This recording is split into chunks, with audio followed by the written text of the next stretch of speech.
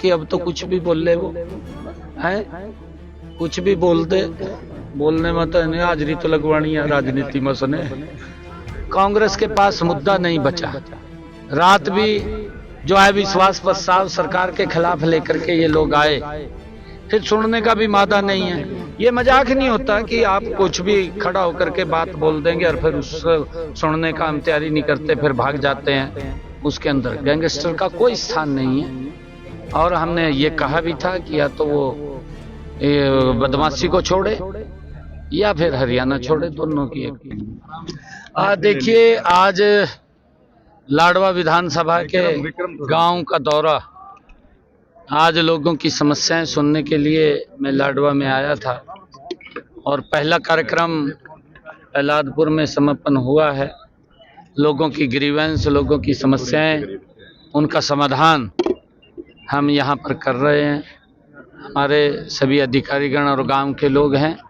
विधानसभा का सत्र चल रहा है।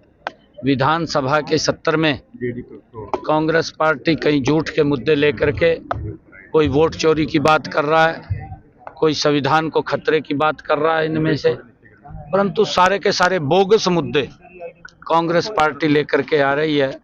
और ऐसे मुद्दे लेकर के आ रही है जिससे कि आम व्यक्ति भी ये सोचता है कि ये सारा का सारा झूठ का पुलिंदा है। कांग्रेस के पास मुद्दा नहीं बचा। रात भी जो है विश्वास प्रस्ताव सरकार के खिलाफ लेकर के ये लोग आए, फिर सुनने का भी मादा नहीं है। और सुनने का मादा नहीं, वॉकआउट करके चले गए। तो माननीय विधानसभा अध्यक्ष ने कि जब जो व्यक्ति प्रस्ताव लेकर के आया वही बैठने के लिए तैयार नहीं है, वही बात सुनने के लिए तैयार नहीं है, क्योंकि जब कोई क्वेश्चन रेज किया है तो उसको सुनने का मादा भी होना चाहिए। ऐसा 2024 में भी किया था। मैंने सबसे पहले अपना जब वक्तव्य शुरू किया तो मैंने उस बात को कहा कि आप 2024 में भी लेकर के आए थे, परंतु आप धैर्य से बात सुनिए, क्योंकि वोटिंग होनी है अविश्वास प्रस्ताव के ऊपर। ये मजाक नहीं होता कि आप कुछ भी खड़ा होकर के बात बोल देंगे और फिर उस सुनने का हम तैयारी नहीं करते, फिर भाग जाते हैं। तो विपक्ष के पास कोई मुद्दा नहीं है और रातों वॉकआउट कर गए।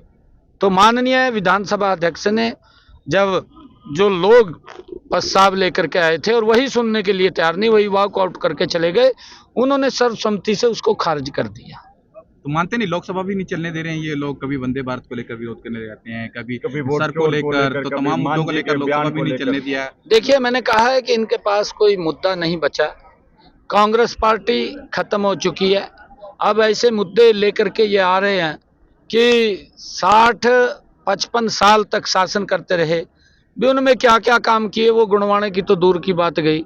ये तो बेचारे कभी कहा वोट चोरी हो गए, कभी कहा संविधान को खतरा हो गया, कभी कुछ इस प्रकार के आरोप लगाते हैं जिससे कि आम जन भी उनसे आहत होता है। पंजाब में खिलाड़ी की मौत हुई और जबकि हरियाणा में गैंगस्टर को रात को खत्म ही कर दिया। आपकी पुलिस दिखा रही है गैंगस्टर को बख्शेंगे नहीं। रात गैंगवार की बात हुई और पुलिस ने उसको खत्म कर दिया। नहीं, देखिए, क्योंकि हमने कहा था कानून व्यवस्था को दुरुस्त करना हमारी पुलिस का दायित्व है और मजबूती से वो लगे हुए हैं।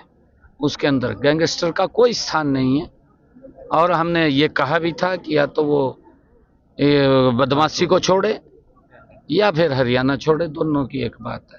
और उसमें हमारी पुलिस मजबूती से लगी हुई है। कह रहे हैं लगातार क्राइम बढ़ रहा है।